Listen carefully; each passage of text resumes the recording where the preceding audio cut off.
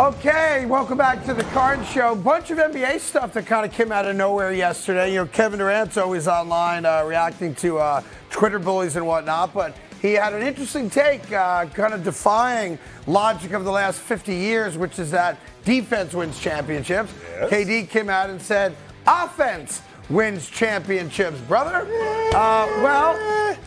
When you're on a team that has no defense, you better win and you better have a I mean, like if the Phoenix Suns win a title this year, maybe they will. It's not because they're the world's greatest defensive team. Yeah. It's because they have 3 generational scorers in Bradley Beal, Devin Booker, and Kevin Durant. Do you think this has anything to do with the fact that in the last playoff game that we saw him in, they allowed their opponent to score 81 points in the first half? And so he feels like they scored so much, it's not even about our defense. Yeah, it's a weird thing. Like, I've never bought into the notion that defense wins championships either, but I also never played the sport and had a lousy defense and a great offense. I think you can win, obviously, if you can just simply outscore everybody. So I understand what KD's saying in that regard. But what we all know about playoff basketball is you got to be able to make stops, right? And if you're able to make stops in the half-court set, you will win more than you lose. So, yes, there are some,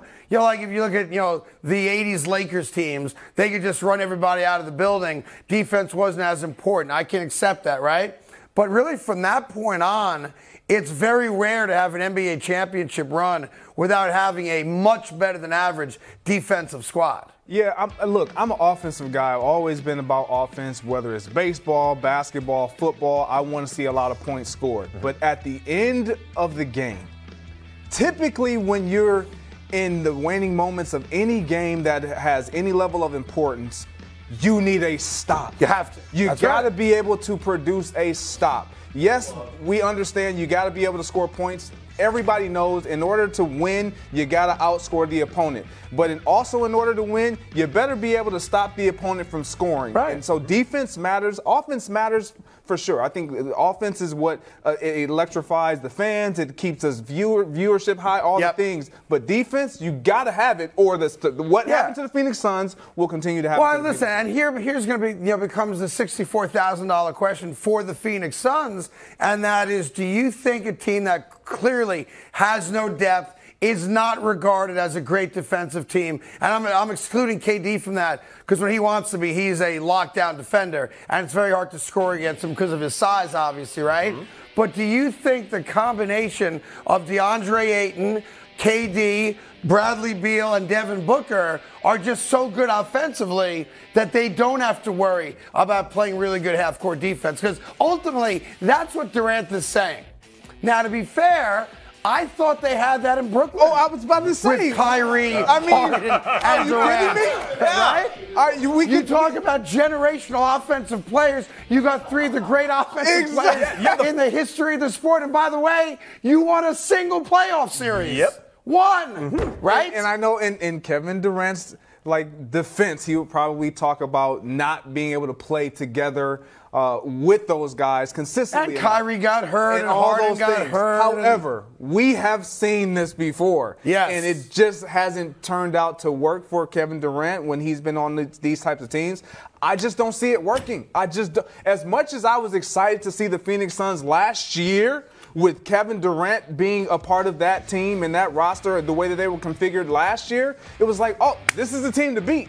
Well, we saw them in the postseason, he and Booker going crazy, but no defense. Yep. And by the way, if you wanted to even talk about, because you know a lot of people in reacting to KD were talking about, well, you know, the LeBron, Bosh, Wade teams, they played defense. They did. You know, they played defense. Kobe Bryant played defense on those Laker teams that won titles with Shaq, right? They were great offensively, but they played badass defense. And Kevin Durant, as I just said, has experienced generational offensive talent, and it brought him, we say this in Yiddish a lot, Ugats. Nothing. That's true. We do say that a lot. He didn't even go to Eastern Conference Finals with all that offensive talent. No, on top now, to be fair, I think there's one caveat you always have to say when you talk about the year that Milwaukee won the title and beat Brooklyn.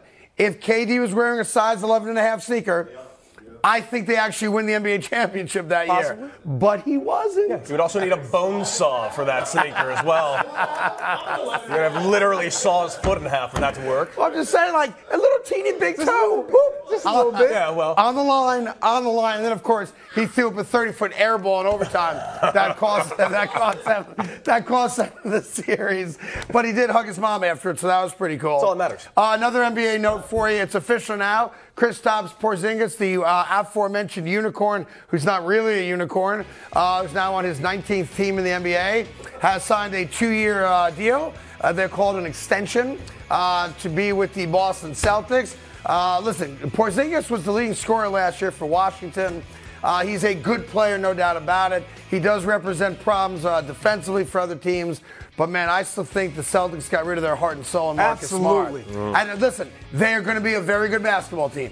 They're going to win a lot of games. They're one of the 3 or 4 teams right now today that you have to consider as a team good enough to get to the NBA Finals before we play a single game. But I'm telling you, Marcus Smart meant something to that locker room and to the defensive mentality of that team.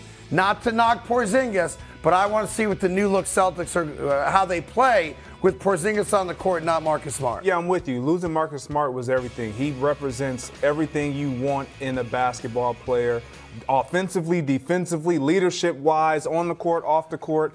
When you look at Kristaps Porzingis, he provides you, yes, a problem, matchup issues offensively, defensively. You lose your identity, what your identity is. Even Grant Williams, losing Grant Williams, another guy, scrappy player. That grit that we're so accustomed to seeing when the shots aren't falling for the Celtics, what do they revert to? Their defense. Will they be able to do that? Time will tell. Yeah, listen, he's a good player. He's a 20-8 kind of guy, so you're going to get 20 points out of him. But, interesting how they use him in that rotation, what it means to Al Horford. And, again, they're a very good basketball team. But Marcus Smart, man. Well, Marcus Smart, don't sleep on Marcus Smart next year in his new digs. By the way, there's a lot of talk in Dallas about why Kyrie and Luka didn't work together. A lot of people want to blame Kyrie because he's easy to blame. Mm-hmm. And then there's the question of, well, does Luka play defense? Is Luka even in good shape? Is he more concerned with drinking beers on a private jet, flying from one town to another town? Is he too much of a ball control guy? And then when he can't get his own shot, he gives it all that nonsense, right? I'm concerned now for the Dallas Mavericks. I am. And I'm concerned that Luka Dončić may not be taking his life as a professional basketball player seriously. I don't know why this got put out. I would not have allowed it to be put out if I'm Luka. He's out of shape. He's slow. He's winded. And he appears to be incredibly uncoordinated in simply going from one cone to the next. That's not an NBA All-Star right there, Greg Jennings. It's not a good look. And yet it is an NBA All-Star right there. It's not a good look for sure. Like, I've done this before. I've had my kids do it, and his inability to stay down, and I don't know if he's taking this serious. I don't know if he's joking, but it's one of those deals where every cone has a light, and that light's going to light up, and you got to go and tag that button. You got to hit that button every one. Wherever it goes, you don't know where it's going to go. You just got to react to it. But his lack of discipline to stay low and stay into his shuffle. Yeah. Everything that we see right there, don't cross your feet when you shuffle. We see it. Literally everything is wrong. Don't come up out of your stance when you try to go the opposite direction. We see that as well. It's just not a good look, but I'm going to give him a pass. It might be. I'm being told there's a chance that's not even a workout video. That's like his version of the Tom Amansky baseball drills. Oh, that's great stuff. It's the Latvian basketball drills for beginning basketball players. Yeah. So I think if he goes out there and he's like a cat, maybe kids don't pick it up. That makes sense, because this can get you back to back to back. If I'm a Dallas Maverick fan, like I'm a Knicks fan, if that was Julius Randle or Jalen Brunson or Josh Hart, I'd be like, we are in a lot of trouble this year. I mean, stay away from the buffet, buddy. Like, he's slow. He looks like me at the JCC run, trying to touch a cone and then go get another cone and hoping there's a bagel and lox at the last cone. You know what I mean? It's just not pretty. But we've never looked at Luka as a defender anyway, so, it is what it is. Hey there. Thank you so much for watching The Carton Show. You can subscribe right here to get all the latest bits and segments from the show. And by the way, while you're at it, we have a lot of great shows on FS1, so check them out too.